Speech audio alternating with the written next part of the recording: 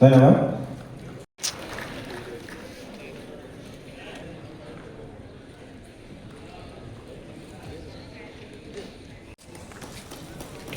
ফুলৰ বুকে এটি হৰাই অভ্যৰ্থনা জনাবৰ বাবে অনুৰোধ জনাইছোঁ।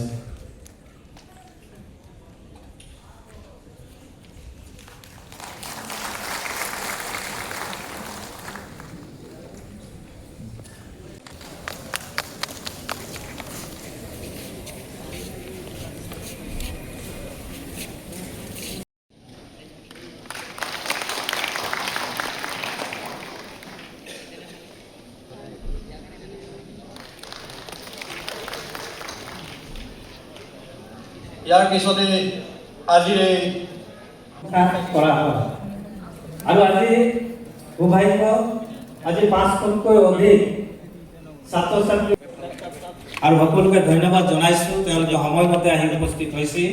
যিসকল ছাত্ৰ ছাত্ৰী বাগিচাৰ শ্ৰমিকৰ সন্তান গাঁৱলীয়া অঞ্চলত বসবাস কৰা একেবাৰে দৰিদ্ৰ অৰ্থ সামাজিক অৱস্থাৰ যিখিনি লোক আছে তেওঁলোকৰ সন্তান আজি ৭৫% যিসকল ছাত্ৰ ছাত্ৰীয়ে অৱতীৰ্ণ হয় সেই ছাত্ৰ ছাত্ৰীসকলক আচলতে উৎসাহ উদ্দীপনা যোগাই তেওঁলোকৰ শৈক্ষিক যাত্ৰাত কি ধৰণে তেওঁলোক সফল হ'ব পাৰে, তেওঁলোকে নিজকে আত্মপ্ৰতিষ্ঠা চামুল কৰাৰ উপৰিও জাতিটোৰ কাৰণে সমাজ আৰু দেশৰ কাৰণে তেওঁলোকে নিজকে কেনেকৈ ধৰণে প্ৰস্তুত কৰিব পাৰে, এটা নতুন দিশ কেনেকৈ ল'ব পাৰে তাৰ প্ৰতি আমি উৎসাহ আৰু উদ্দীপনা যোগোৱাৰ উদ্দেশ্যে অভিনন্দন অনুষ্ঠান আজি আয়োজন কৰিছোঁ গুৱাহাটী মাছখোৱাত। প্ৰায় 500 ছাত্ৰ ছাত্ৰী আজি ইয়াত সমবেত হৈছে, তেওঁলোকৰ পিতৃ মাতৃ অভিভাৱকে ইয়াত সমবেত হৈছে। আমি আশা ৰাখিছোঁ এই অনুষ্ঠানে তেওঁলোকৰ শৈক্ষিক যাত্ৰাত এটা নতুন মাত্ৰা প্ৰদান কৰিব।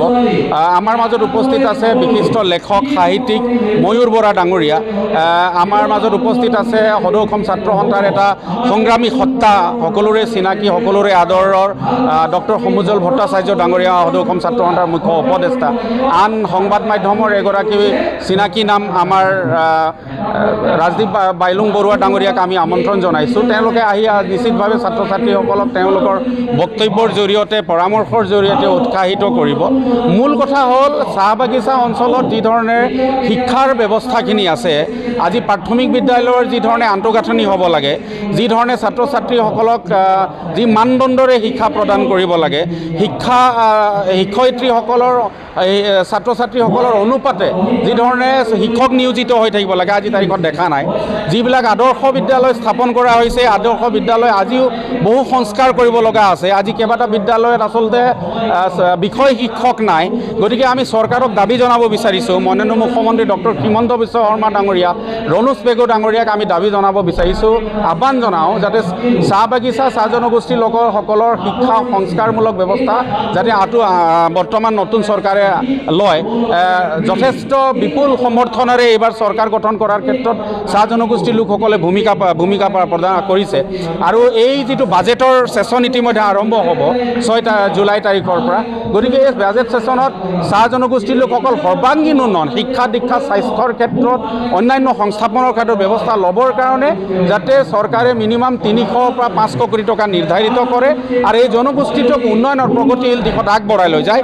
এটা কথা সকলোৱে মনত ৰখা উচিত যে অসমৰ শেষৰজন নাগৰিক লাগিলে সেই চাহ জনগোষ্ঠীয়ে হওক বা আন জনগোষ্ঠীৰে হওক, তেওঁলোকৰ যদি উন্নতি নহয় অসমৰ উন্নতি কেতিয়াও হ'ব নোৱাৰে, এই কথাটো নিশ্চিত।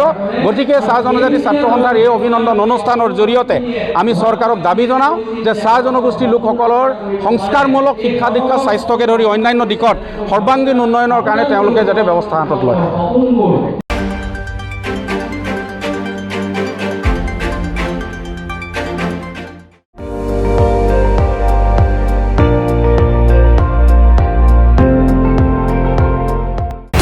আপুনি চাই আছে ND24 সৰ্বশ্ৰেষ্ঠ নহয় সৰ্বোত্তমৰ দৌৰা।